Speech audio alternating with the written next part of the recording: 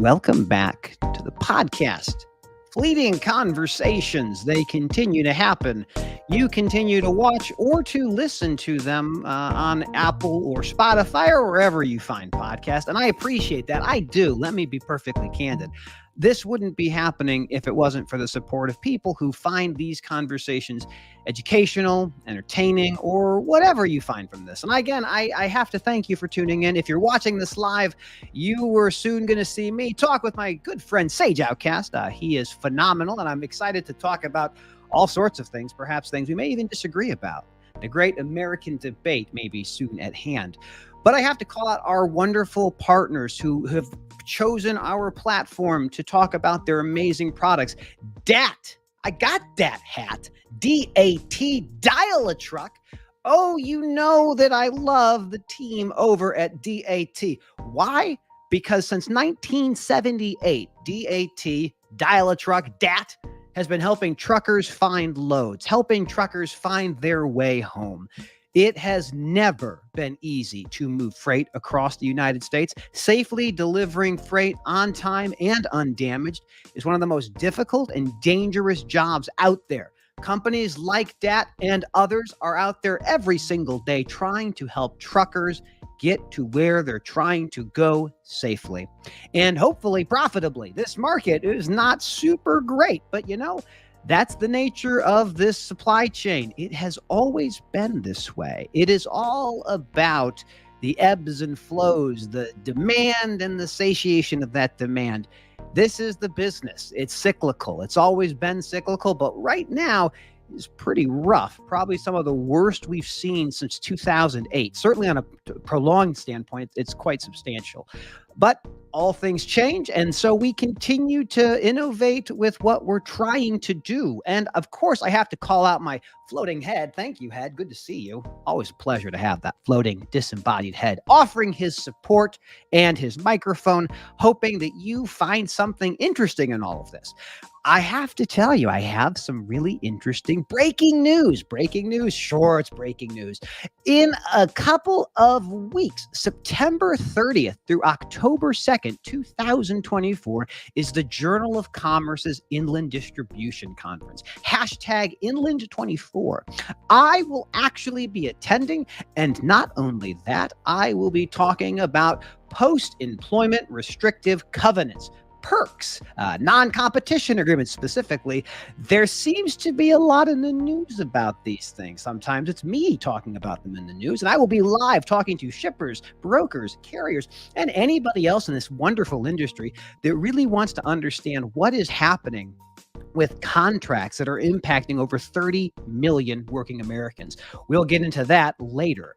And I have also launched a brand new podcast. This one is still going to be happening. Fleeting Conversations is always a great place to start when we're having dialogue with people that are very interesting. But the new podcast we're calling LRC, Leffler's Reading Corner. And in LRC, I will be taking the opportunity to read to you some of my absolute favorite stories in fiction. And we have 2 episodes right now that you can download. The first one is called Game by Donald Bartholomew. This is one of my absolute favorite short stories. It takes maybe 20 minutes or so, and it tells the story of people inside of a bunker where they have access to intercontinental ballistic missiles. This story is unique, it is profound, and when you hear it read, I hope you feel that claustrophobic anxiety that permeates the work of this particular story. It is one of my favorites, and I hope you also enjoy it. And then, of course, one of my also favorite authors, Ray Bradbury. Everyone knows Ray Bradbury from Fahrenheit 451, but this short story comes from the Martian Chronicles, a collection of short stories. And the story we read is There Will Come Soft Rains. This story is, again, in this world of a post-apocalyptic nuclear exchange, what does the world look like? Some people flee to Mars, some people stay home, and we learn about a singular house sitting in a destroyed landscape. With Fallout being such a popular video game and obviously amazing television show, these two stories should be very entertaining, and I hope that you enjoyed them. They're just me reading them into the ether, and I want to say, just as like a little caveat, look, I have never been more proud of the community that we have developed in this format, whether it's on LinkedIn or Twitter or Facebook or TikTok or wherever else I find myself. I can't help but be so humbled by the support that I receive from so many people, not just with my friends over at DAT, but really everybody in the industry. I've been doing this for a bit. I'm a lawyer who happens to find himself in supply chain. And when you find yourself in supply chain, you have to ask really tough questions like, how do I move that thing from this place to that place? Who's going to do it? What kind of permitting and licensing do I need? This is why I'm excited to welcome Sage Outcast. My hope more than anything, and let me be perfectly candid here, my hope for this episode is that Sage Outcast gets more followers on LinkedIn so he can also stream the content that he does all across the digital ecosystem to another platform. He's a great guy. I'm excited to talk with him. I certainly believe we're not going to agree on everything. Very few people agree with me on everything to begin with. In fact, I don't even agree with me on everything that I believe. But I am so excited to welcome the one and only Sage Outcast. Welcome to the show. Oh, there's two of me. Geez, I didn't know I was going to have to bring a dictionary for the start of this show. Some of those words, I have no idea what the heck you were saying. I guess I'll look them up later. How are you, man? It's good to see you. Good to talk to you again. Yeah, thanks for having me on. Even after, I did a couple of, bailed me out of jail. I got into some trouble. I ended up mowing my lawn in a jumpsuit, which I did have a neighbor stop by and ask some questions. But yeah, and then I picked out this outfit because I was told to the actual interview or the actual show, I'd have to wear the craziest shirt I could find to be, on LinkedIn. So I did my best.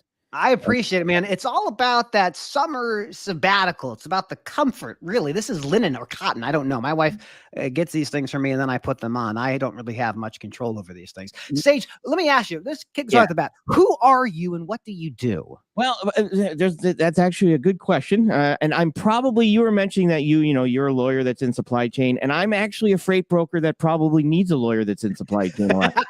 So no, I've been in the industry from everything from CDL. I had my own CDL as an owner operator. I've had my own carrier, and then I moved on to brokering freight and moved into a niche of specialized overdimensional freight, mostly tall and wide. I've been in the industry since I was 21 years old. I'm 49. I took 3 years. I was in the United States Coast Guard doing law enforcement, search and rescue in Massachusetts. Wow. And so I was a small boat engineer, MK3. I've done that. And then got drawn back into logistics because you can't get out. You can't leave. Once you're in, it's worse than the Godfather situation. But when I did come back in, I worked for Landstar. Me and my wife we were $1 million Landstar agents. That's awesome. Went on my own and opened up my own brokerage. So I'm not an agent for anybody. I own the brokerage. It's my brokerage. And I've been doing this for, I want to say 16 years, pretty much moving open deck and overdimensional freight. Found myself in a pretty good niche doing tall and wide. I specialize in like fiberglass tanks, round tanks, pressure vessels. Do you do like wind turbine blades? Because like that's the thing I'm really curious about, because those seem to be overdimensional. They're very overdimensional. So I don't do a lot of those. Those became, when those first started coming out, and then we started doing windmill, it was pretty, it was new to the industry, and they were hauling them on equipment that really wasn't optimal for them. Then they came out with schnabel trailers where they hooked to it the piece on both sides. And then what happened, the market kind of got flooded on that, and the guys kind of fell in that consistency. And then windmill kind of became a consistency type move. I see. So it became more commoditized to an extent. It did, yeah. And some of the GE and stuff like that, who were also offering to loan money to buy these trailers, knew that. So as more trailers came into the market, GE kind of then attacked the prices. I do love trailers of all sorts. So at what point, like when you got into overdimensional, do you deal with overweight, or is it really just the things that are over 13.6? You got to deal with that kind of stuff. What is it that you like? So I do some overweight. I've done like up to 19 axles. That's amazing. Yeah. And when I say I've done it, is I've actually brokered it. But I actually, when I started doing overdimensional freight, my goal was to be 125% better than everybody else. Like I literally learned every aspect of over-dimensional freight that I could possibly learn. Like I quote the freight. I've actually, people have given me lanes and I've legitimately quoted it right on the spot. Like I know the permit offices. I call the permit offices. I know the book, the dimensions, when you need escorts, when you don't need escorts. Okay. So I've actually learned as much as I possibly could, even with weights. So a lot of the weights that I'll do now will be like maybe 13 axles and down, mostly 8 axles.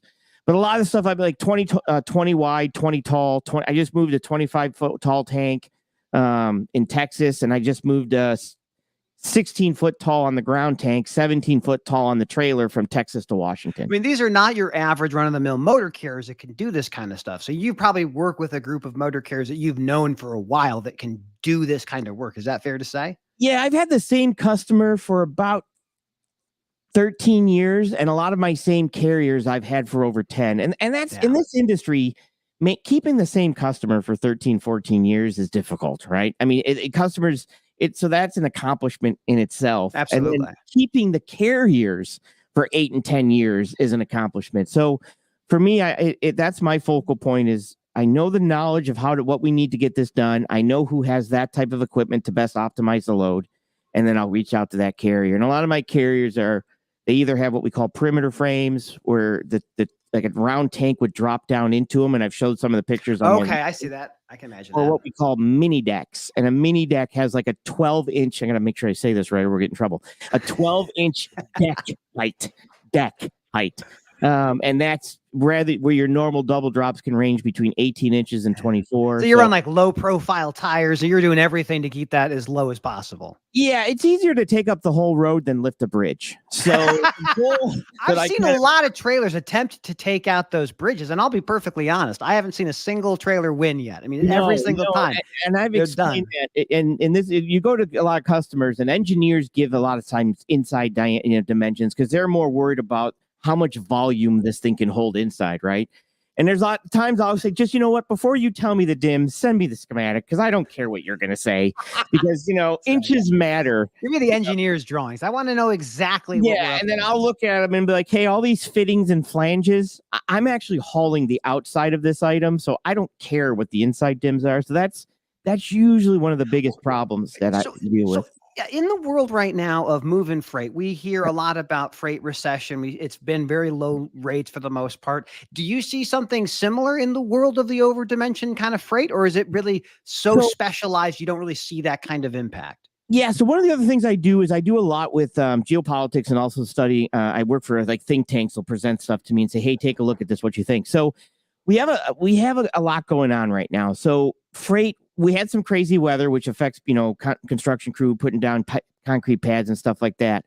But we're also rolling into extremes in regards to our election, right? We don't know which way. So it's difficult. So you have high interest rates where people are not wanting to shell out money when they don't know which way the government's going to want to go. Are they going to want to go Trump's way? Are they going to want to go Biden's way? So it's difficult that you have a lot of big investors that normally spend a lot of money doing this stuff if the project hasn't already been quoted in the process, decide not knowing which way they're going to want to put their money. I'm seeing a very similar thing in the equity market. So there's a lot of like investors that are looking to make deals, or company owners are looking to do deals before the election because they don't necessarily know what the next 4 years look like. So even if it's uncertain for the future, like at least we know what we're dealing with right now. And I can imagine we will continue to see some incredible deals take place over the next, let's say, 6 months before whatever happens in November happens in November. Right. And so that's kind of what happens. And this election, of course, you see there's more extreme. So the more extreme the election is, people basically say, hey, I don't know where I want to throw my money. Am I throwing it on the electric side? Am I throwing it on oil and gas side? Am I doing this? So that's kind of what I'm seeing in overdimensional. I'm putting all my free capital into diapers. See, Sage, I have so many children, and 2 of them still are in diapers. So we have to make sure we put all the working capital we have in inventory. Our inventory right now, we're staying pretty safe there. Yeah. Let me ask you this. Go ahead. When did you realize this industry was one you wanted to stay in? Is that something that happened fairly early in your career? Because obviously you went from being a driver, you know what it's like to do that part of the business, and now you're on the brokering side. Is there a place you're like, this is the spot that I want to be? Or is this more like you just fast forward 10 years, like, oh, I can't escape this thing? Well, I think what happened was I think I have to go diapers to diapers. So I think I started in diapers and I'll have to end this industry in diapers. For me, it was my dad was a truck driver. We played a lot of hockey. So my first large thing was I worked driving a Zamboni at an ice rink. That was my job. Right. And then I wanted to go into criminal justice. And my dad said, get your CDL license, pay for your college. I mean, you just pay for college driving while you're taking the police exam, trying to get it. So I took a couple police exams and I was on the list, right? So I'm on the list to get, and I got bumped a couple times. So I said, I'm going to get my A. At that time I had my B. I said, I'm going to get my A. And I got my A. And once I started driving truck, came back, drove local. I was working for like a US Foods. Yeah. And it was like I enjoyed driving truck. I liked working for US Foods. I liked the portion of the driving truck. Well, you're home every night. It's early hours typically, so you're off by probably 2 or 3 in the afternoon, I would imagine. Well, we did 4 10-hour days, so it depended on what time I started. Which if I started at 2:00 in the morning, I'd probably get home around 3 4, right? But it was 4 10 hours, but just ended up being 15. But back then they were making like $13 an hour. Now they're making 35, so I feel a little jaded. That's inflation. I was cleaning ponds for like $11 an hour, and that was a long time ago. So, and then I rolled in and got my, like I said, and started driving. And the biggest thing that I had to make a decision about was in 2008 when I was with Landstar. That was the other recession we were in, right? And me and my wife got to the point that we were broke. I mean, I had the truck. I was trying to make money at Landstar. We had no money in the bank. We had behind on all our payments. Luckily, our house payment was only like $300, and let's just say it was a $300 a month house. And my wife, we had no money, and there is nothing that will drive you more, that will put you focused more than your wife coming to you in tears saying, "What are we going to do? How are we going to live?" Yeah. I've been with my wife 20 years, 24/7, 365. She doesn't work. I work from home. We're together all the time. Like I wouldn't change that in the world. But when that happened, it was like, not on my effing watch. Yeah. Not on my watch. And I had to make a decision to go with the brokerage or to go with the truck. And as we know for the facts are that every broker is making at least 30 to 40% margin. So it seems like a reasonable segue from going from that 5% to 10% OR to something that's substantial, right? Yeah, easily 80%. That's how I'm in this office up on top of this, skyscraper building with all these monitors. And I mean, this is how I get this stuff. I'm out here ripping nice, huge rip. I mean, look at my view. It's beautiful, Sage. It's beautiful out there. Great time here wherever I'm at, amazingly. No, I think it was for me. It was I was good at operations, and when I was in the Coast Guard, I took I was a petty officer, so I had people underneath me and managing people and learning that. And then sales, right? And so for me, it was the gradual move up to be able to be where I am now and still be at home with my wife, because she used to go in the truck with me, and that was my focal point. And that's real good team driving right there. Absolutely. My wife and I will be celebrating, I believe, 16 years of marriage coming up here in August, I believe. So you find the person who can tolerate you, and you just hang on and just say, please don't leave. I need you. And there's a time she's, it's like, I'm not afraid. I'm like, how the hell am I going to find anybody else? Have you seen some of the stuff? Have you seen? But and plus you did a Henry Ford assembly line of kids, so that was good too. And we were talking about it before we went live. Like, this is the thing about having twins. Like, is everything you do twice. So you just keep this pattern. So you have the diapers ready, you have the wipes ready, you have everything. As long as the sleep schedules remain consistent, it is not awful. But again, I completely give props to my wife, who's a true warrior. I cannot do even a fraction of what she does. Yeah. So I don't, like I said, I don't have any kids, but the twin thing I asked about, and I'm like, is that easier with the assembly line situation? So, I mean, does one learn from the other not to do things? Is that how that works? I don't know. You watch them advance differently. I mean, what I love, like the best thing about having kids is that you watch them discover the world. They discover things, and the joy that they have with that discovery, you can't replicate that. And watching them experience the world the way that they are, being able to, I've worked from home since 2018, so I'm very blessed that I can support the family from a remote kind of office. But it's an incredible accomplishment to watch them get to this next layer where they're walking, they're yammering, they can eat. They can't get their own snacks, they can't change their own diapers, but we're not far away. I can see it. You can feel it, right? You can feel it. Come on, take the cookie. 100%. Now, I want to talk to you about some controversial topics. One of the things that we did when we were talking before we recorded a couple days ago. Go ahead. Go ahead. We're talking about all sorts of things. So what are some of the, you love a good debate. What are some of the things that you find yourself thinking a lot about these days? God. So when I came over here, like I said, my goal was to try to be nice, try to be educational, and really explain what's happening behind the curtain in the Wizard of Oz story right here, the Wizard Bride, so that drivers could understand. Now, when that was the goal, that's not what we accomplished. A lot of the stuff that I do now, I got to the point that, and I'm just going to be blunt about it because I am a truck driver. Truck drivers already know everything. Just ask when, they'll tell you. Yeah, absolutely. 100%. Even so, a lot of the stuff that I find out now is we have the broker transparency thing. And then we of course, we have that brokers are taking 75, 80% rips, 100% rips on top. You know, you're doing it for, I got $42,000 in the load and you're moving it for 500. And I just found that, of course, I do a lot of misinformation correction and disinformation. Like I'm a researcher in regards to the politics stuff and Trump. Yeah. And of course, we all know Biden's a lizard. He's not. And things like that. But I think one of the biggest understandings that I and of course, driver shortage, which we discussed. We'll talk about that one. I think that's a really good topic for debate. Right. And we kind of agree to disagree that you're wrong. So that I just have facts and evidence. That's the thing that really gets in the way of different opinions. Well, it depends on what you're looking at. Facts and evidence. I think word interpretation is more important than we have a problem with word interpretation.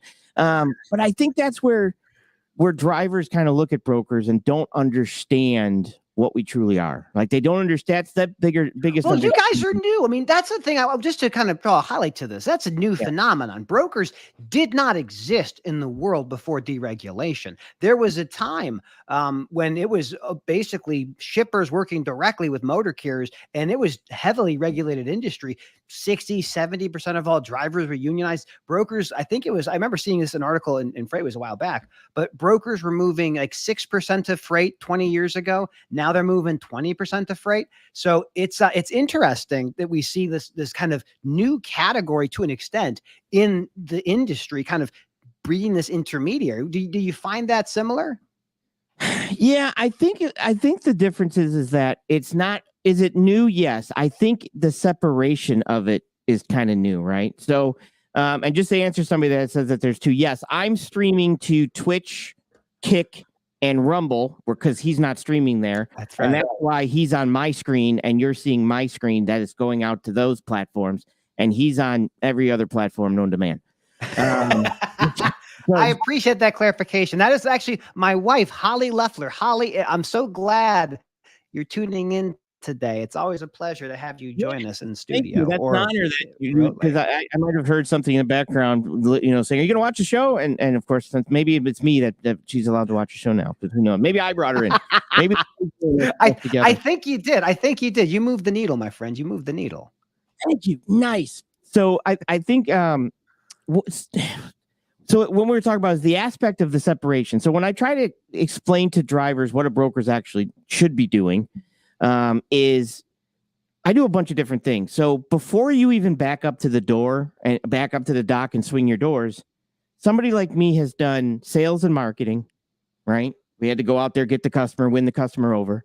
We've done operations. We've determined what type of equipment has to be on, how much it can haul, explain that to the customer and make sure that, it has to be secured inside, whatever it is. We've then done financial checks for you. We've checked the credit of the customer, made sure that they're going to pay me, which that means I can pay you, and so on and so on. We've then done dispatching, right? So we've now dispatched the truck and put them actually under the truck, made sure that, everything's going smoothly. And then we're still doing customer service and customer relations. We're making the phone calls, tracking the truck, making sure the customer knows that it's coming in, making sure the receivers know it's coming in. So you're getting like 5 things from one person. And there's a lot of times I'll go to them and say, look, I've been doing this for 20 years. I've done, $6 million in business. I do all this operation sales. I can do all this check. What am I worth if you were to hire me off the street? Like, how much would you think you'd have to pay me with the amount of experience that I have moving super loads and everything else and winning over customers, getting in the door? What would you have to pay me? Right. And I think once that you kind of take that, because you're getting me for free, to be honest. Like, yeah, exactly. Right, Like, you're contingent. You don't make any money unless they're making money because you're the one who has to coordinate everything. And a lot of times I'll go to my carriers. I say, hey, how much do you need to move this? And then I take their price and get my price on top and go. Like, I don't tell you how much, you tell me. That's how I run my brokerage, right? Makes sense. So, and then I go to, and I handle this. And if I say to them, you're not even paying me. You're literally getting me for free and you're still complaining. Like, you still got the money you asked for and then I got mine. And that's still not good enough. Like, hire someone to do those 5 jobs and let me know how that works out. And I think once you explain it in a nicer way than I normally explain things, they start to realize, they should start to realize that aspect of it and realize it's me and them to try to make the customer profitable, look good so that they come back and give us more freight. Absolutely. And that's, I think, the biggest argument that carriers literally think they're my customer. And I'm like, no, my customer's over here paying me. Yeah. You should be trying to bring me value from your company. Like, I'm bringing value to my customer by doing all this. And I think I've always heard the broker transparency. Well, those are all dumb, right? Those really are. But yeah, I think it's important to keep the historical lens on these things. So for the folks who are watching, wherever you're watching this or listening to it, in the old days, like before deregulation, and when even after deregulation, the motor carrier was paid for the freight, and the motor carrier had to remit money back to the broker. So it wasn't like the broker took payment and then made their payment to the carrier. It was the actual inverse. And so there was a need in some circumstances to know that everyone got paid what they're supposed to get paid. But nowadays, this push around 371 CFR, the 371. I swear to God, we can't go on until we get it right. It's 49 CFR 371.3. If we don't get it right, everyone's going to go nuts, and the entire show is going to be trolled. Okay. Absolutely. Well, the thing is that this is a rule that's in the Federal Register that has to do with producing records of a brokered transaction to parties when it's requested. And it's interesting because not only is this, it's kind of it's a holdover from the old days, but it's still because FMCSA today is about safety. I mean, it's very clear, and some people disagree with me about this, but FMCSA is not here to save you from double brokering. They're not here to protect your cargo. They are here to make sure the motor carriers operating in the business of interstate commerce are safe. That's like their primary function. Everything else is ancillary. But we see this trend of people thinking, oh, if I could just get copies of those broker transaction documents, I would know for sure that you're screwing me and you're making 30% or 40%. And the bigger controversy for me has been brokerages that make motor carriers waive that right. And that's another piece that's interesting. But I think when I was talking to Ken Adamo about this from DAT, you look at C.H. Robinson's financials, when they report, like, they tell you how much they're making. Right. And they're one of the best operators out there, and they're not making 30%. Like, that ain't the world they're living in. I think it was 14 when I looked at their numbers for last quarter. I think exactly. And it's a reasonable amount. I think brokers of tomorrow will have to be familiar with the fact that you're probably going to average between 10 and 15% long term.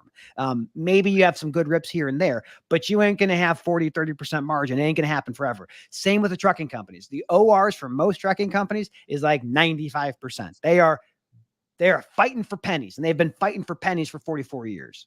Yeah. And even then you got me going. Here we go. I had a discussion where, first of all, I'll tell them, you couldn't afford me. I would literally say to a carrier, you could not afford my services, right? I mean, most of the time. But I've literally had someone say, let's say I quoted something budgetary for $5,000 to move it from point A to point B. And then when it comes time to move it, because some of my freight, I have to quote out 90 days before and I have to hold my price. But my job, and let me, so it comes time to move it. I call a carrier and the carrier says, man, I need to go up that way. I can run that one for 1,000 miles, $250 a mile, $2,500, right? Now that for me, if it's my customer, I'm going to call my customer back. I'm going to bill my customer, let's say $3,000 or $3,200, right?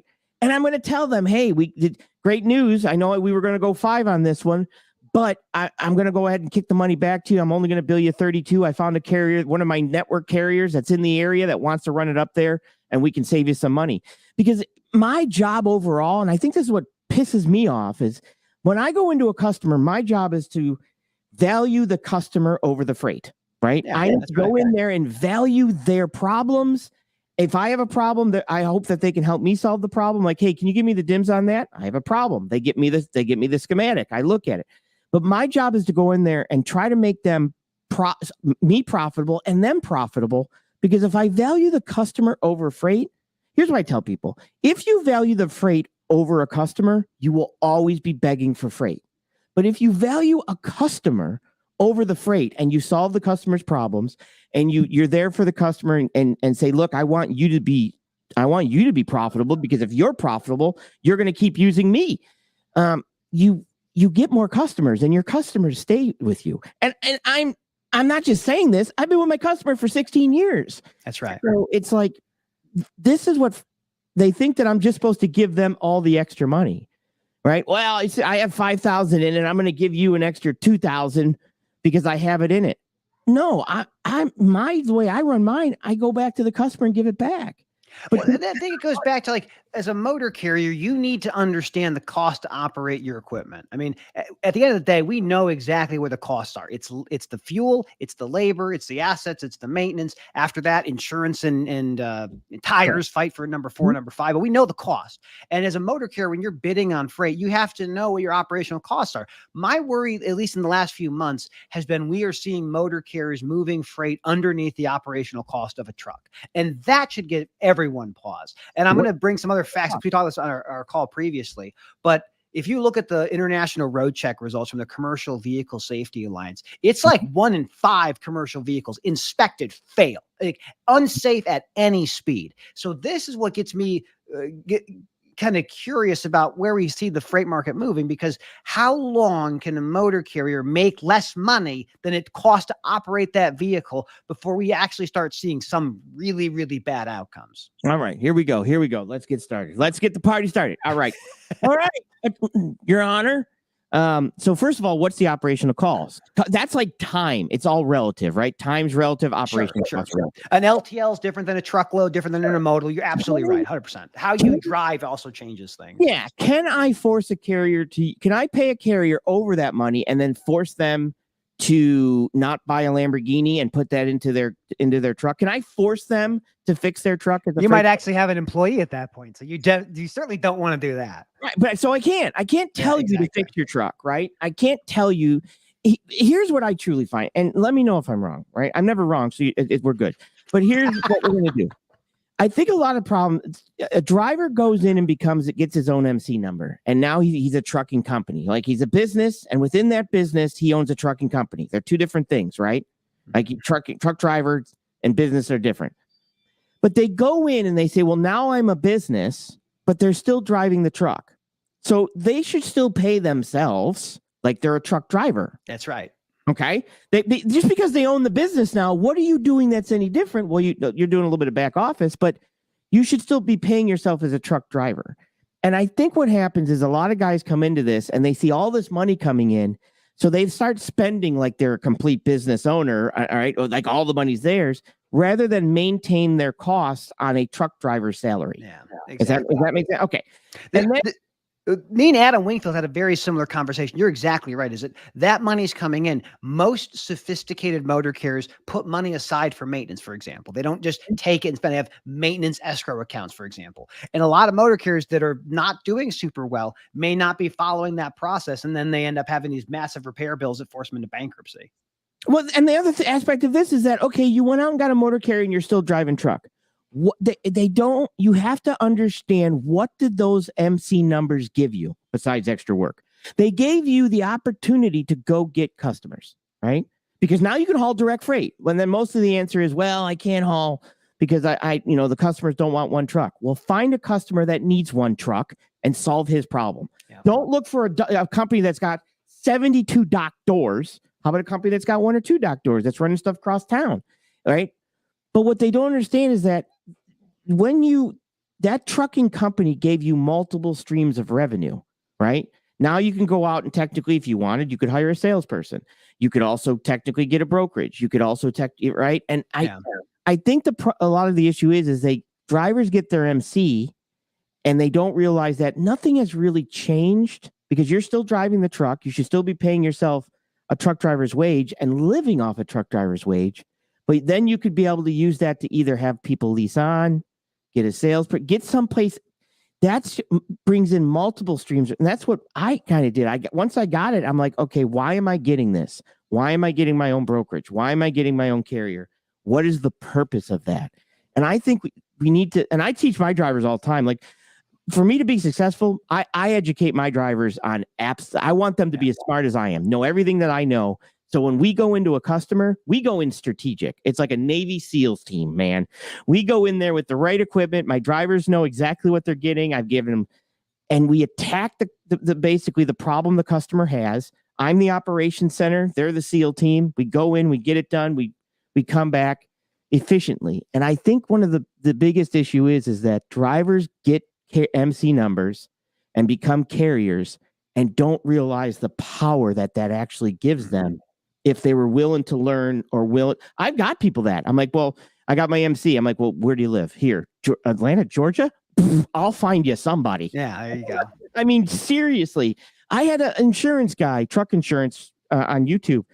He literally had somebody buy a box truck, get his MC, and drive that box truck to every single dock door he saw and walked in and say, hey, do you need anything moved? I have a trucking company. Here's my card. I'm at door 1. It's about hustling, man. That's the thing. It is a hustle mentality. This is not an easy business. Nothing just falls into your lap.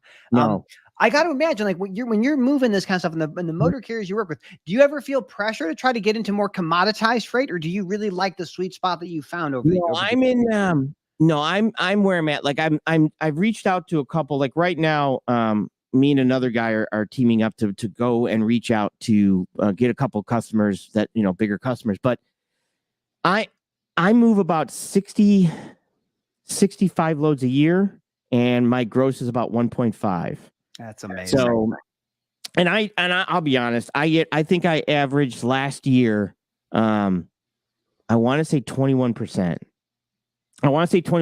Now, again, I do way more than the average broker. I'm not going to lie. Like I call states, I verify this, I help get different paperwork that we need signed and type it up sometimes.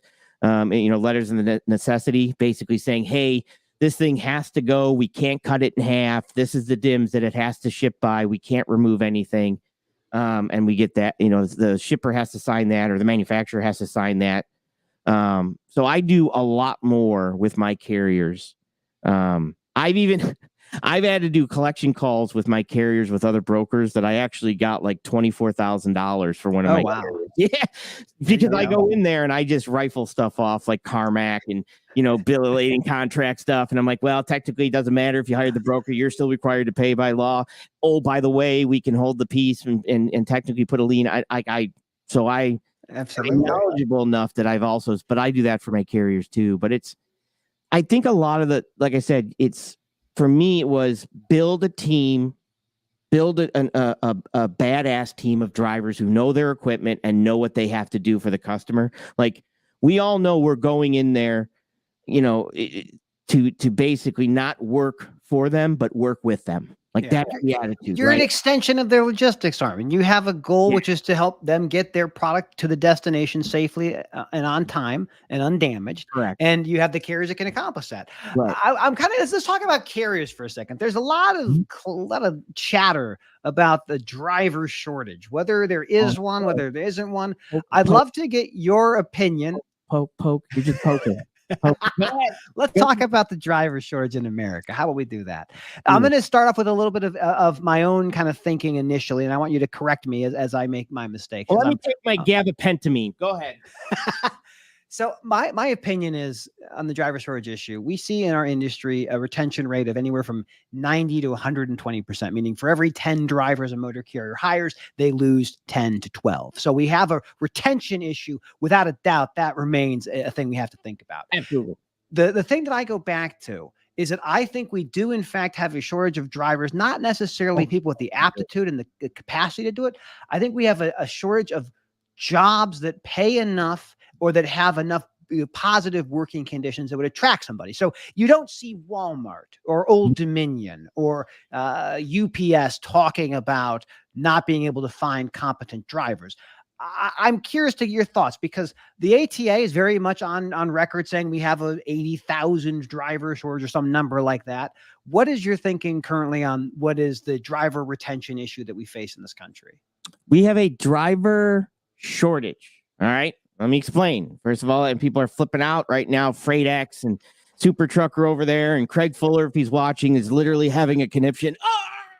I think maybe Michael Lombard, perhaps. Oh, Lombard. I love, I can't say it. Me and Lombard, I might do memes. I may or may not be a meme guy, and Lombard may or may not be a target of my memes. I love Lombard. He just the fact of his hair is fantastic, and more importantly, he's got that long history of generations within the industry. And I love anybody anyone whose family was moving freight 50, 60, 100 years he's ago. got that Joe Dirt feel. So basically, with Lombard and the others, I know but the problem is driver, not CDL holder. We've got tons of people with CDLs, right? People that are the willingness. What people understand is when you don't have the willingness to do something, you could be a shortage, right? There's not a willingness to get back and drive the truck. When owner operators go broke, they don't want to go back into trucking. They don't want anything to do with it. I literally asked 10 people who left the industry this year. Every single one of them said, I'm not going back in the truck. Oh, yeah. People who jumped in the industry in like 2021 and now they're here, they're like, yeah, this is not for me. A lot of people come in, fair weather fans, maybe tourists, and they realize, oh, this business is awful when the market's correct. And that's what I try to explain. So willingness, and the best way to understand this too is we do not have a lack of willingness for content creators. We don't make any money, and here we are still trying to do it, right?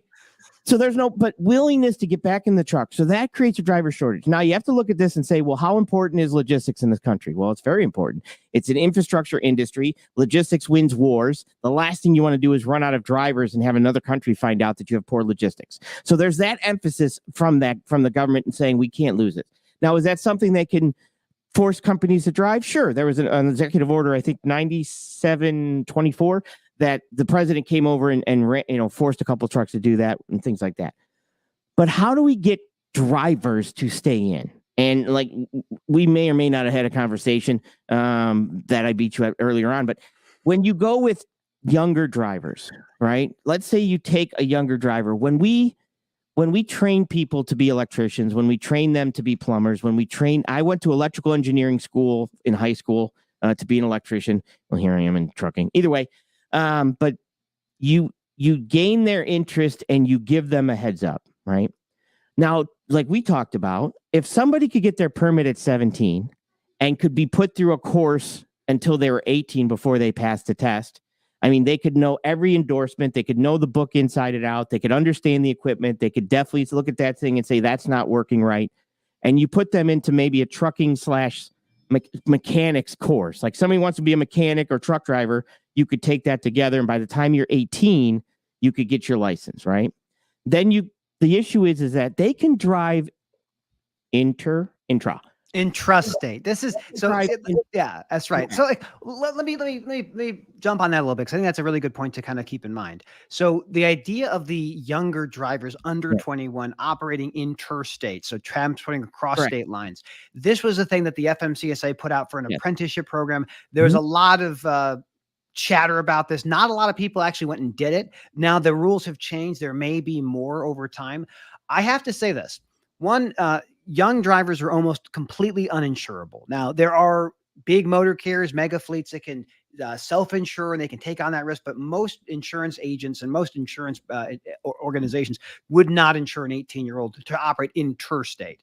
Now, if you want to drive a commercial vehicle in this industry, and by God, I would love if you did, there's a lot of jobs for you. You could drive intrastate, you could do construction, you could do spotting trucks. There's a whole bunch of ways you could actually work on your craft. So there isn't necessarily a barrier stopping young people from driving today. There is a barrier stopping people from driving interstate today. And I think that's very reasonable. I think if you have more people coming in, ultimately all it's going to do is push rates down, push compensation down, and ultimately have a much less safe roadway. I think the word isn't reasonable. I think very wrong. You're very wrong. That not very well. So this is the English problem we have a little bit, right? So the problem is that you just said they're uninsurable, but they're insurable as long as they don't cross a magical state line and go into another state. That's weird. Right. How are they insurable in state and not insurable go? So if I live on the border of like Cincinnati area, Kentucky, and I drive 50, 60 miles across the state line, my insurance is just, what the hell? It's crazy. Right? Let me explain this as I would say this as a lawyer talking about intrastate versus interstate. Tell me about the power of the magical state lines that change the complete brain cells of teenagers. Yeah, so I use Illinois as a good example. So you can drive from Chicago to Carbondale, which is 4 or 5 hours, just fine. You can't go from Chicago to Kenosha, which is half an hour, because that's crossing a state line. The way to think about this, the way I would encourage people to think about this, is the individual state is the one who sets the requirements for commercial drivers. They say, we want this amount of training, we want this amount of behind the road and behind the wheel, and we want this type of insurance being required. That is our problem to solve if they're going to be operating on our roads. The challenge becomes, you take somebody who's 18 and you train them in Texas, and you say, you are going to go pick up that load in Long Beach and you're going to go through the mountains at night. And now you have an accident. That's Colorado's problem. Colorado can go back and say, well, Texas, what are you doing here? You're putting people on the road that aren't qualified. So for my opinion, intrastate, let the state deal with it. They will deal with it. They can absolutely regulate what is required for their drivers. To go to interstate, you're basically taking away some of the state's rights that don't want to have interstate, because the feds can just jump in. So again, my opinion is, if you want to drive a truck in this industry, you can do that at any 18 or older. But to go interstate, I don't think it's going to make a lot of sense to make that open that door, because once you do, the statistics are very clear. Those are very unsafe drivers. By and large, they are more accident prone than any other demographic in the industry. So I am very hesitant to say the solution is young people. I'd much rather say the solution is robots, and I do love the robots. You ready to lose the argument, lawyer? Right, so let me see so let's first go with this. First of all, when you say that they become dangerous, I'm saying, look, you're training them at 17 and at 18. Now, can they cross? No, I'm just going to throw some things out there. As somebody from the Coast Guard, I had a 19-year-old coxswain, BM. He was the guy that drove the boat. He was in charge. He did search patterns. He's the one that would, be able to get us back if the GPS went out there. He made all the calls. He was magically able to cross state lines and go from Massachusetts to Connecticut in a boat, saving people's lives and making sure that the boat crew and me were all got there. My job was the engineer. I did everything on the bottom deck, but I had to put full trust in that 19-year-old to be in charge of me to do that. Now, is there any other place that possibly, so at 21, once you reach 21 in your mind, the state line thing is a problem, but is there any other lines you can cross at 21 that might not get the best training? Did you know that you can get a CDL license if you have a Mexican driving license and you can fully drive in this country, not knowing what training you actually even got in Mexico?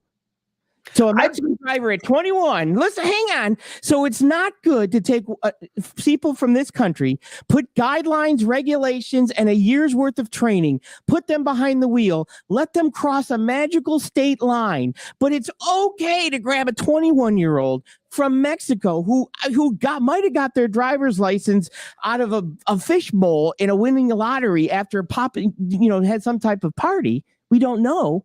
That's okay. This is why I find the narrative of driver shortage so interesting, because Mm. part of the rationale behind a driver shortage is that you can't find the labor you need domestically, and therefore you need to import the labor as an H-1B and say, I need to get somebody who can do this. And again, it's not a question, to your point earlier, it's not a question of people not having a CDL. It's about people who found a job working at Costco, working retail, making more than a truck driver makes. Right. And this is, and I emphatically believe this. Just We have deflect- been at war it's- with truck drivers man. since 1980. Since 1980, we've been at war with truck drivers. And we have made it as difficult as we possibly can to safely move freight on time and undamaged and make a reasonable wage. And when you bring in people from across the border, or you let young people come in there, all you're doing is putting more meat in the grinder for people like you and me who need cheaper stuff delivered to our house, or cheaper stuff delivered to our grocery stores and our restaurants and everywhere else. But there's arguments both ways. There's good arguments both ways. I'm not going to disagree with you on that, but it's just, for my position as a lawyer, I've seen horrifying accidents, man. Like, that was my world. I was a defense attorney for trucking companies. The worst day for a motor carrier was my Monday and my Tuesday and my Wednesday. So I just don't get excited about having the opportunity for more, catastrophic things that could happen. All right, Your Honor, permission to treat the witness as hostile. I will. Before you go that way, I want to. There's a little comment here by Kevin, and Kevin says expectations on drivers cannot reduce requirements. We need people who can read English and speak English for safety standards. Being able to read English and understand English is conditioned on having a CDL. Whether we do good testing on that or not, that's a debatable question. But the requirements, the law requires them to be able to understand English. No doubt about that. No ambiguity. For me, I would rather take a 17-year-old or an 18-year-old and say, look, you've been trained for a year. You've been trained in mechanics and you've been trained in CDL. Okay. Knowing this stuff. And if he's that responsible and wants to do it, and I have seen people that have wanted to do military, wanted to do the Coast Guard, wanted to be coxswains that were young. I'm not looking to take Joe Schmo who doesn't know if he wants to drive a truck and do this. I'm looking to take somebody that says, hey, I really want to learn this. I really want to pass this test. I really want to progress in driving a truck. And taking that individual at a younger age here, because you're losing those people, right? Now, that 18-year-old might live at home and he might be able to take a little bit less of a starting wage, let's say, compared to somebody who's 21, 22, 20, or 35, who now has to make 120,000. And that's why they're getting their license. And then they find out that, holy crap, this first year is hard. I've been there and I'm not making the great money. But why are we wasting the fact that somebody can cross state lines at 18, this magical state line, and not taking that opportunity to say, look, we would rather prep you to be a better welder. We used to do that in trade schools. Absolutely. Okay, now you're speaking my language. First of all, I will say, just to note, the borders between states are very real borders. There's different levels of sovereignty. So I'm not going to say those borders are imaginary, but I will say this. You're probably right. I mean, the FMCSA is going your direction. They have said we are going to allow people under the age of 21 to do this. My position is, as a lawyer generally, and just understanding how this industry has, let's say, evolved since 1980, is that I don't believe the outcome of bringing in young drivers is a good outcome. Now, time will tell. Facts will be revealed as we bring more people into the fold who are under that age. But I want to be very, very specific. Most states, I would say every state, allows you to be 19 years old and operate a commercial vehicle Class 8. There's very limited restrictions intrastate, but this designation of interstate is very, very important. What you did touch on, though, is the need for mechanical training. We absolutely fundamentally have a shortage of diesel technicians, and even more so, trailer technicians. There is not a single trade school that I'm aware of that teaches you just trailers. It's usually a pathway to doing diesel. What do you think about the diesel mechanic issue we face? Well, that's why, again, that's why I believe this should be co-empowered. If a trade school taught diesel mechanics, then you could get a CDL in the end. That way he could walk in and be like, yeah, I got a CDL. Get out of the way. Let me get this truck and pull it in the shop, right? Because you need it for that type of stuff. And to go test drive. Like, the best mechanics have CDLs. No doubt. They have them, so they can go out there and test drive that customer's vehicle. Right. But this is what, if we were to, for me, it's putting together that the FMC should put it together and say, yes, you could do this. and this is where I get pissed off about the federal. Everybody's like, get rid of the Department of Education type stuff and get rid of that stuff, right? And for me, it's no. Let's force them to do a job and bring down stuff like we have a shortage of mechanics. We need to focus on mechanics. Let's push money into schools that want to do diesel mechanics or send that. But if there was something that they basically said, look, yes, we'll do this course and you'll both take a CDL and diesel mechanics level 1, whatever they want to call it. I don't care. You're now prepping people for what we need in this industry from this country look, and I have no problem. Trust me, I'm a very immigration type person, and people even yell at me. I'm not a build the wall guy. About 72 people left. But basically, we still have to teach younger kids the reality of the trades that are needed, right? Yeah. Welding, mechanics, electricians, plumbers. Like why we got rid of that aspect of things. I just believe truck driving and mechanics should be one of those trade school things. Yeah, I couldn't agree with you more. We talked before we did this podcast, but my father was a roadway guy back in the 1970s, and before that, he was turning wrenches with his own father on their fleet of trucks. And we've spent the last 40 some odd years telling somebody, if you operate a motor vehicle or if you're a mechanic, you have been unsuccessful in life. You are not going to be successful. Yeah. You really want to do is get that 4-year degree, go be an insurance adjuster, which will be automated, or an artist, which will be automated, or a lawyer, which will someday be automated, but not from us. We're going to fight really hard for that. But I remember vividly talking to a major motor carrier in the Quad Cities, and they were trying to hire a day shift diesel mechanic, $48 an hour, and they couldn't find anybody.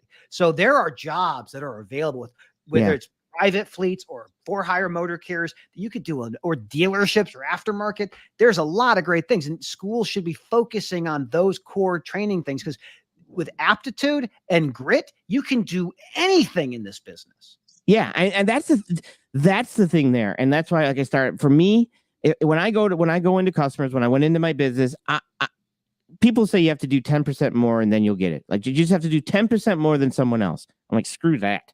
I'm going to do 100% more. I want to be all in with and this is some of the stuff like you were talking mechanics, but. And this got me down a little bit of a different road, but here we go. See, like a Joe Rogan situation here. Let's do it. Whatever. I see a lot of carriers that go in and become carriers, right? That they right off the bat, because I've had this conversation, and I'm like, how long have you been a carrier? 6 years. Well, where do you get your freight? Well, I run spot market, load board freight and stuff like that. I say, okay, perfect. Can I please speak to your sales manager? I guess that would be me. I'm like, perfect. You're the sales manager okay. How many new customers have you brought in 6 years? Well, none. You're fired. There's no way a sales manager could bring in no customers in 6 years and not be fired, right? And I think this is some of the aspects of when drivers get businesses and become carriers is having these type of other skills, or having to continue to learn. Like, you can't just come in and get your business and be like, okay, I'm a truck driving company now, I'm good to go. Who's your head of maintenance? Who's your head of sales? Who's your head of marketing? This is a really good segue, I think. And like, what I would love to understand better is really how should we be training drivers? So I'm going to back up a little bit. We talked about this a little bit earlier, but if you go back to 1980, before deregulation, there were 60, 70% of all drivers were unionized. The only way to pick up new lanes was to acquire companies that had those lanes. That's why CF and Roadway and Yellow were out there buying people everywhere. Right. And like, the greatest innovation in this industry, besides containerization in the 60s, was the rise of the independent contractor. Correct. And the ability to say to somebody, you will perform as an employee, except you carry all the risk. You carry all the liability. All I do is I act as an intermediary. And like, when my father left Roadway, left Yellow, left Roadway and Airborne, he went to make his own company. And what we did was we were the maintenance provider for a company called RPS, Roadway Package System. Mm-hmm. And essentially that became FedEx Ground, the largest, parcel company besides UPS in the world, all non-union, all contractor based. In the old days of becoming a truck driver, it was like a profession, like you talked about with electricians and plumbers. You learn from somebody, you practice your craft, you hone your craft. Today, it's different. Motor carriers are interchangeable cogs in the machine. Owner operators are the flexible capacity that get destroyed or get benefit and they move on. But we don't teach them how to be business owners. We teach them how to operate a truck. And as you've outlined, there's a big gap in the knowledge that they need. How do you help them understand the knowledge that they need if they're not being taught that in the schools that teach them how to drive a truck? Yeah, and this is the aspect. This is you. If you want to know why a lot of owner operators fail or collapse or don't figure it out, this is it. It's once they get their TDL license, they get the business. It's like, I'm done here. I'm going right. Yeah. And I for me, it's explaining. Okay, look, you have a business. Okay, that business can make money doing lots of things. That same business that your trucking company is connected to could be doing landscaping. Could be doing roofing. Like, this business is like a bowl, and trucking is just one, marble in that bowl, right? But that business has to have a structure, a hierarchy, and money in, money out. So your money in right now is brokers, but who brings your money in? That's a very, very important guy. Like, that guy is important. And if you're not good at it, you better find somebody that's good at it for you to survive. Like, even Nike still does marketing. They have sales. And you know who Nike is, and they still do it, right? So it's once you get there, there should be something saying, okay, people don't say, I do it all the time. Why do you want to get your own numbers? Oh, I want the freedom to be able to do what I want. Let me tell you something. No freedom. It's gone. I had a conversation once. This is best. I had a conversation. Me and my buddy, right, and his son went out and worked and started. He lived at home for the longest time, and he went out to North Dakota and started working the oil rigs and stuff like that. And he came home, and his dad's like, "Well, how do you like it?" He's like, "Oh, it sucks, and there's I get up at 4:00 in the morning, and I don't come home until like 6:00 at night. I'm working 6 hours a day, and I got no life." And I'm like, "Whoa! Let me explain something to you. That's life." What you did before was not life. That's right. What you're doing now is life. And I think it's that thing that it's like, you can't stop. Like, you moved into a position of now business owner. You need to ask yourself, what is a business owner? What is the hierarchy? What is the structure? Well, I need sales. I need someone to go out and bring me money. Yeah. I need marketing. I need to be able to get myself out there. I need to be able to do operations. Who runs my operations? And then who, I'm driving the truck right now. Do I want to continue to drive the truck, or do I want to put somebody in the truck? And I think at that point, it's that lack of understanding business and the hierarchies of business. And like, there's a lot of times I've gone over this with drivers, and it's like, they think they're at the top. And I'm like, okay, take yourself out of the truck now, put a driver in. Is that driver that is now in the truck above you? Well, no, because this is the hierarchy that you have to learn on that business. And I think you're right. I think business should be a high school. I don't need study hall. Give me a business course. Give me a 101 business economics type. You can take learn about compounding interest. That would be very effective for just about every single person. Learn about it before I did, because I was the hard way. Wait a minute. How much is that?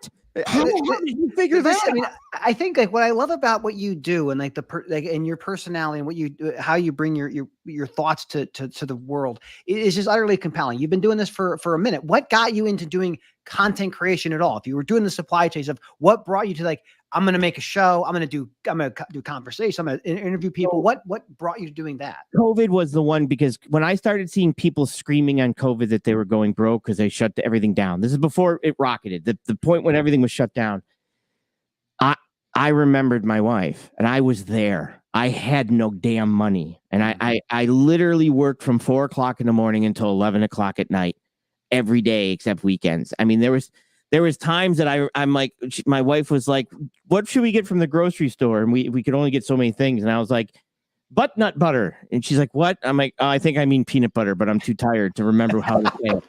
And I will never forget that. But that was the point that I was there. And so I knew how I pulled myself out, and I knew what I did, and I knew how to get customers and how to retain customers.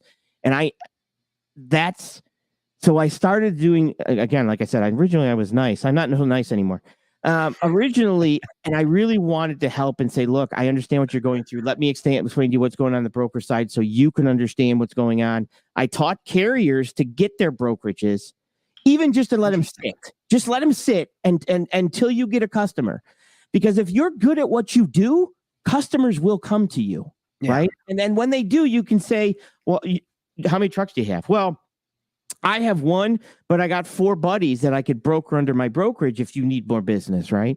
Like, and at that point, so I kind of taught brokering. I taught what your job was and how it worked, and make sure you get 100% rips. No, just kidding. And make sure you understand what you're doing, because the conversion between truck driver and logistics specialist is hard, right? You can't lean too much to the customer, you'll never get trucks. You can't lean too much to the trucks because you'll never get a customer, right? So you've got to learn to be that middle.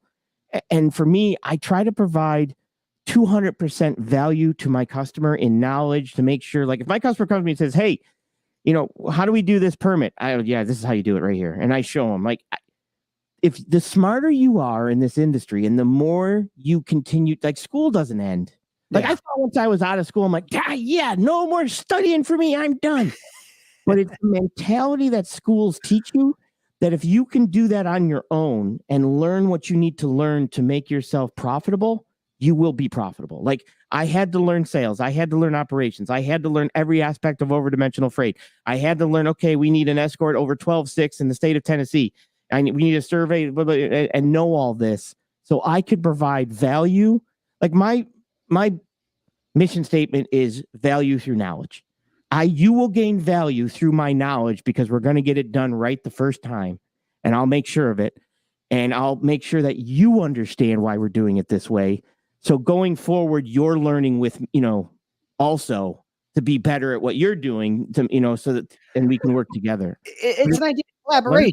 You were doing this collaboration with people, and it has obviously proven to be very effective, not just for your own business, but helping others. Like, this is the part of this industry that I think is so exciting and so compelling, is that we are a massive industry, but it is so small.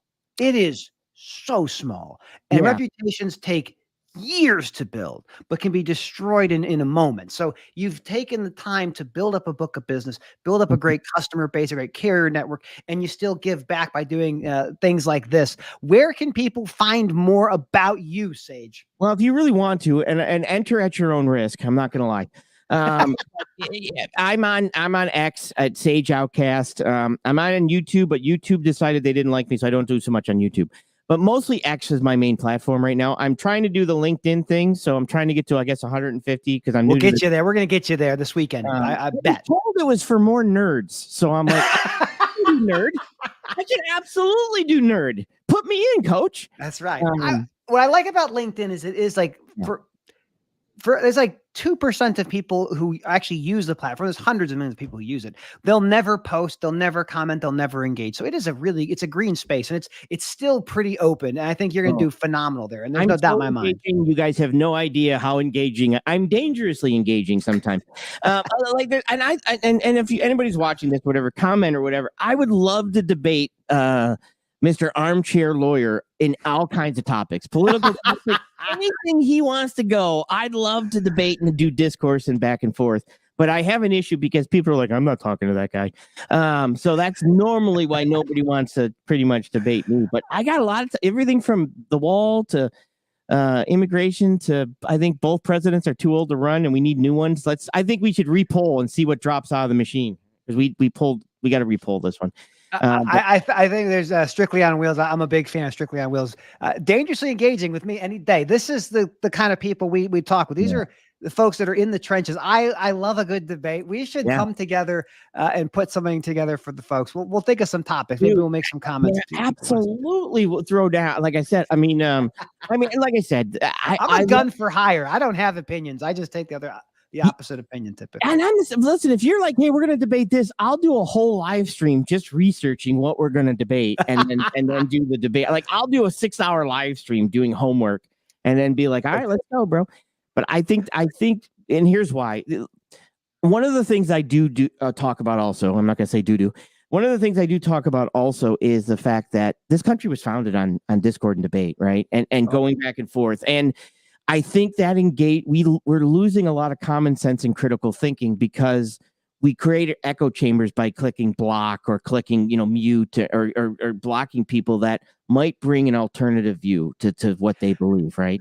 That point you made is something that I'm going to plant a flag in, because I think you're 100% right. If you go back and look at the Federalist Papers or the Anti-Federalist Papers, the rigor of the debate, the viciousness of the debate about everything from should we have the Bill of Rights at all? There's a very big group of people who wanted no Bill of Rights.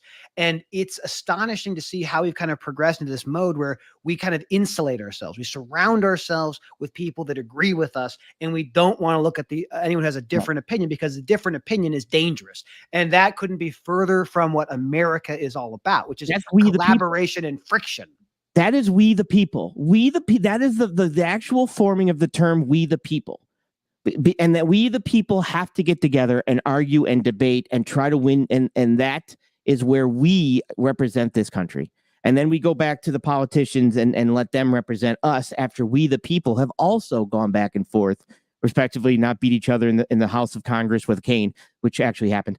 It did. Oh, absolutely. It is Henry Clay. I can't remember who it was, but there was somebody who smacked someone pretty low. Exactly. And I think that's one of the other things I wanted to do with my channel is bring this type of debate and discourse, because it sparks mental, power and brain cells and critical thinking and common sense and that ability to be able to get to feel again and still use your knowledge and brain power. One of my favorite things to talk about, and we're at an hour and 10. So this is longer than I typically go. So I'm assuming everyone who's here is like, they're in it for what we're talking about now. Yeah, I go like 6 hours. So if anyone I have a lot of children. I don't have the leisure of having that kind of time.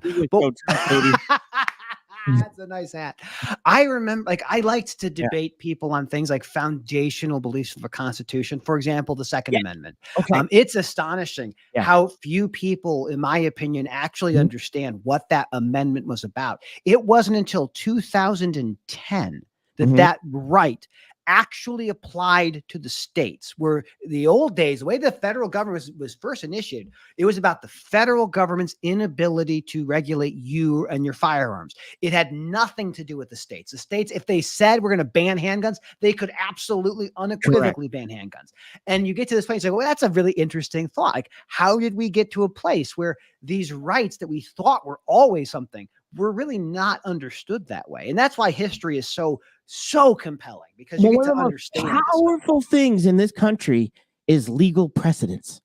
I mean, people are like, legal precedent. I'm like, once you get a legal precedence for something, it's like, okay, what doors does this open for other things? Absolutely. Right? And it does open these doors. And this is why the courts, and to me, it's like I said, the courts are so important, is because they're going to say, okay, no, this is what was meant by this. Damn you. Or yes, whichever one you think of that. And that's kind of what happened with a lot of stuff. It's crazy. To your point, like, there's this one Supreme Court case that most Americans know nothing about, but it is the foundation for so many things that they think they knew beforehand, which is Griswold versus Connecticut. That Supreme Court case was about a married couple who were buying contraceptives, condoms, and it was against the law in the state of Connecticut, because Connecticut at the time had built laws based on the majority Catholics who said, we don't want to have anyone selling the stuff. And when that went to the Supreme Court, the new right was invented, which was this idea of your right to privacy. That right isn't in the document. It doesn't exist. It was fabricated by judges who said, we look at all of these rights and there's a penumbra, there's an umbrella that casts a shadow, and the shadow is where these other rights are found. And so much of our legal precedent about individual rights are based off of a case having to do with contraceptives. And it's bonkers. I didn't know it had to do with contraceptives. I knew that some of that, but I didn't know it was actually just contraceptives that they wanted to buy that was illegal. They found the perfect plaintiff. So those laws were not being enforced, but they said, okay, we're going to find a couple, we're going to have them get to this stuff, and we're going to make sure they get indicted. We want to make sure they get charged. And they got charged, and they went to the Supreme Court and they won. It was the deep state that did it. It was all even back then. The deep state was setting it all up. Oh, it's amazing. We will table our future legal discussions. Yeah, That would be fantastic. Well, like, Sage, I want to say thank you for making time to come on today. I have to do a quick little outro, but if you can stick around just for a minute, I would Yeah, very much thanks for having appreciate the that. guts for having me on, to be honest. And thanks everybody for listening. If you're still here and you guys sticking around to hear me, I appreciate that. We got some good numbers, but you got to go.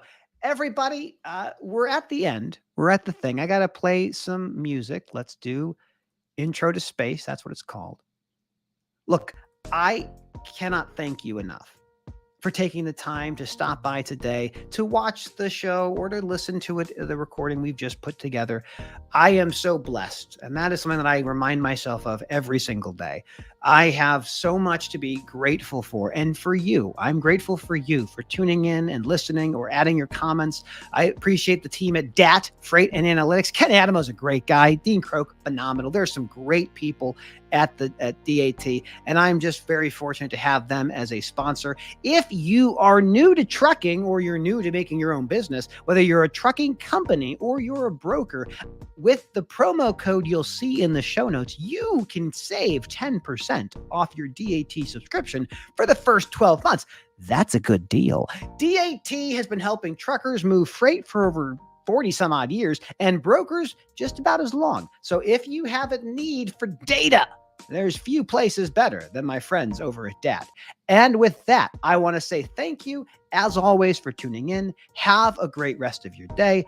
I appreciate you, and we'll catch you next time. Thank you so much. And then I hit